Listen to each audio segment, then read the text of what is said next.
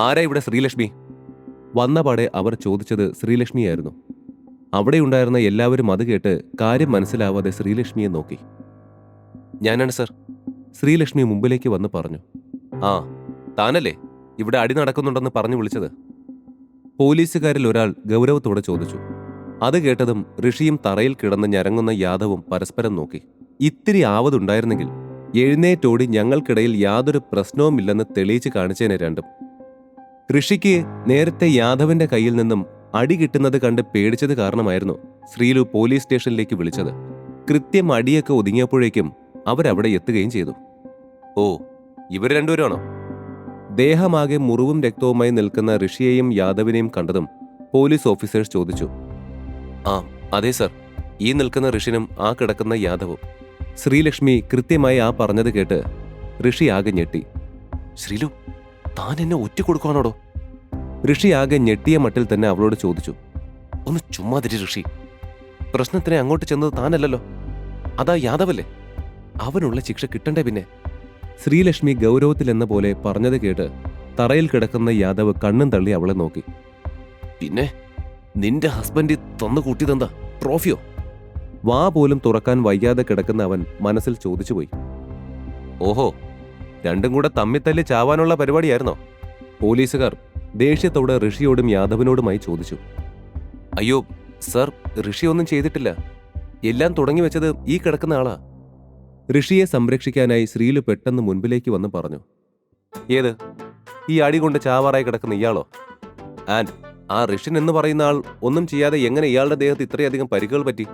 അയാളെന്താ സ്വയം മുറിപ്പെടുത്തിയോ? ശ്രീലക്ഷ്മിയെ നോക്കി പോലീസുകാർ ചോദിച്ചു. അത് കേട്ട് ശ്രീലു അല്ലെന്നും ആണെന്നും തലയാട്ടി.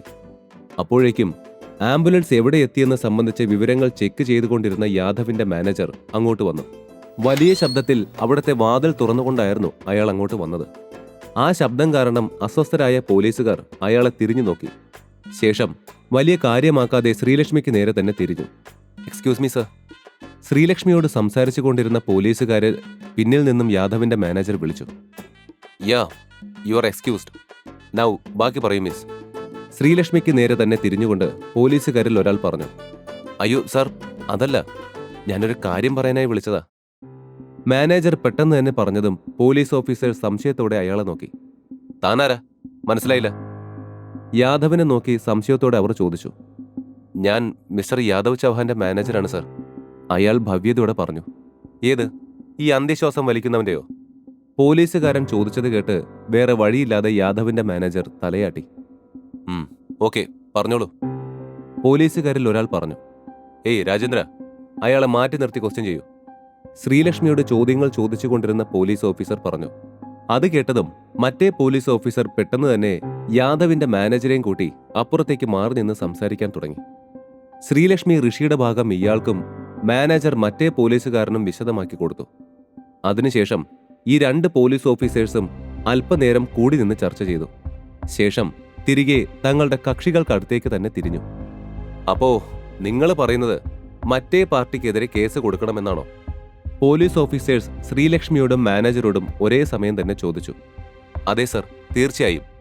രണ്ടുപേരും ഒരേപോലെ പറഞ്ഞു. ഓക്കെ, ദെൻ തന്റെ ഹസ്ബൻഡിനെ സ്റ്റേഷനിലേക്ക് കൊണ്ടുപോവാല്ലേ? ശ്രീലക്ഷ്മിക്ക് അടുത്ത് നിന്ന പോലീസ് ഓഫീസർ ചോദിച്ചു. അത് കേട്ട് ശ്രീലക്ഷ്മി ആകെ ഞെട്ടി. മാനേജരോടും യാദവിനെ സ്റ്റേഷനിലേക്ക് കൊണ്ടുപോകട്ടെ എന്ന് ചോദിച്ചപ്പോൾ അവനും അതുപോലെ തന്നെ ഞെട്ടിയിരുന്നു. കാര്യം മനസ്സിലാവാതെ ഇരുവരും പോലീസുകാരെ നോക്കി. ദേ നോക്ക്, രണ്ട് ടീമിലും അവരവരുടേതായ പിഴവുകളുണ്ട്. അതുകൊണ്ട് പരാതിയില്ലാതെ മുന്നോട്ട് പോകുന്നതാവും രണ്ടു കൂട്ടർക്കും നല്ലത്. അല്ല, കേസുമായി മുന്നോട്ട് പോകാനാണെങ്കിൽ ഞങ്ങൾക്ക് വിരോധമില്ല. അത് കേട്ടതും ശ്രീലക്ഷ്മിയും യാദവും കേസൊന്നുമില്ലെന്ന് പെട്ടെന്ന് തന്നെ പറഞ്ഞു. ഇവിടെയുള്ള വേറെ ആർക്കെങ്കിലും പരാതിയുണ്ടോ? വർമാസ് ഫാമിലിയിലെ മെമ്പേഴ്സിനെ നോക്കി പോലീസുകാർ ചോദിച്ചു. കേട്ടപാടെ സിദ്ധാർത്ഥ് കൈപൊക്കി മുൻപിലേക്ക് വരാൻ തുടങ്ങി. പക്ഷേ അപ്പോഴേക്കും മഹാദേവി അവനെ പിന്നിലേക്ക് തന്നെ വലിച്ചിരുന്നു. വേറെ പ്രശ്നമൊന്നുമില്ലെന്ന് കണ്ടതും പോലീസ് ഓഫീസേഴ്സ് പെട്ടെന്ന് തന്നെ അവിടം വിട്ടു. ഏറെ വൈകാതെ തന്നെ യാദവിനെ കൊണ്ടുപോകാനായി ആംബുലൻസ് എത്തിയിരുന്നു അവിടെ. അവനെ സ്ട്രക്ചറിൽ കയറ്റിയതും ഋഷി പെട്ടെന്ന് അവന്റെ അടുത്തേക്ക് ചെന്നു. ഹേയ് യാദവ്! എന്താണ് കാര്യമെന്നറിയാതെ എല്ലാവരും നോക്കി നിൽക്കെ ഋഷി താഴ്ന്നു വന്ന് യാദവിന്റെ കാതോട് ചുണ്ടു ചേർത്തു. ഇനി നിന്നെ ഈ ഭാഗത്തേക്ക് കണ്ടുപോരുത്. അഭയ് പറഞ്ഞിട്ട് വന്ന ആളാ ഞാൻ. ഋഷി ശബ്ദം താഴ്ത്തി പറഞ്ഞത് കേട്ട് യാദവ് ആകെ ഞെട്ടിപ്പോയിരുന്നു. മൂന്നാം നാൾ രാവിലെ തന്നെ തിടുക്കം കൂട്ടി ഓഫീസിലേക്ക് പുറപ്പെടുന്ന ഋഷിയെ നോക്കി ശ്രീലക്ഷ്മി ചോദിച്ചു, ഹേയ്, ഞാൻ ഓക്കെയാടോ. കൂടെ ഞാൻ ഡ്രൈവ് ചെയ്യുന്നൊന്നുമില്ലല്ലോ. ക്യാബ് വിളിച്ചു പോകുമല്ലേ? ഋഷി അവളെ നോക്കി സൗമ്യമായി പറഞ്ഞു. എന്നാലും ഋഷി, അവിടെ ഒരുപാട് വർക്ക് കാണത്തില്ലേ? താനാണെ റിക്കവറായി വരുന്നതേയുള്ളൂ. ശ്രീലക്ഷ്മി അവനെ വിടാൻ മട്ടില്ലാതെ പറഞ്ഞു. അത് കേട്ട് ഋഷി ചിരിച്ചു. എന്റെ ശ്രീ, എനിക്ക് പ്രശ്നമൊന്നുമില്ലടോ. ദേ നോക്ക്, ഐ എം ഓൾ ഓക്കെ. ഇങ്ങനെ സങ്കടപ്പെടാതെ ഹാപ്പിയായിട്ട് എന്നെ ഓഫീസിലേക്ക് വിടടോ. ഋഷി അവളെ വീണ്ടും വീണ്ടും ഓരോന്നും പറഞ്ഞ് ചിയർ ചെയ്തതും ശ്രീലക്ഷ്മി അവസാനം അവന് സമ്മതം മൂളി.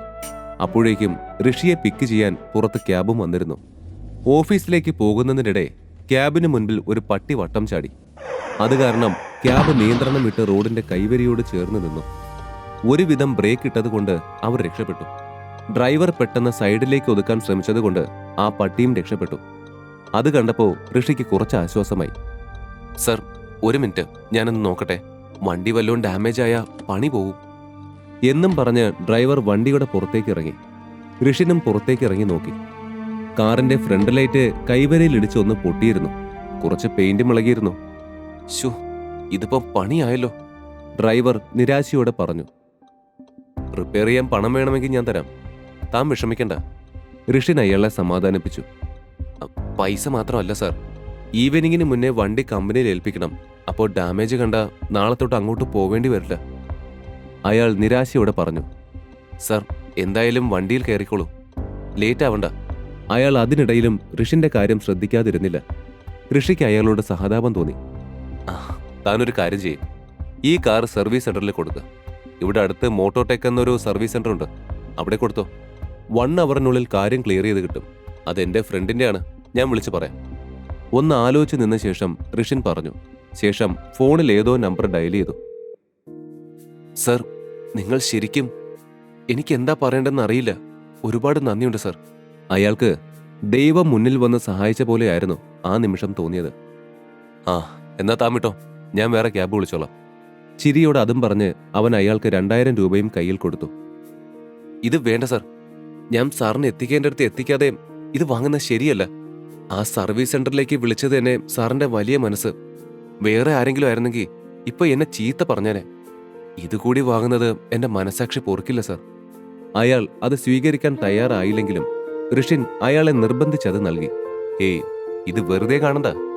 ഏതെങ്കിലും സാഹചര്യത്തിൽ താൻ മറ്റാരെങ്കിലും സഹായിച്ചാൽ മതി എന്നും പറഞ്ഞ് ആ പൈസ അയാൾക്ക് നൽകി അയാളെ പറഞ്ഞു വിട്ടു ഋഷി. ശേഷം ഓഫീസ് കാർ പറഞ്ഞയക്കാൻ നിഹാരികയെ വിളിക്കാൻ തുടങ്ങുകയായിരുന്നു ഋഷി. ഋഷിൻ, നീ എന്താ ഈ റോഡിൽ ഇറങ്ങി നിൽക്കുന്നേ? ഈ കഥ തുടർന്ന് കേൾക്കുന്നതിനായി ഇപ്പോൾ തന്നെ പോക്കറ്റ് FM ആപ്പ് ഇൻസ്റ്റാൾ ചെയ്യൂ. Link in description.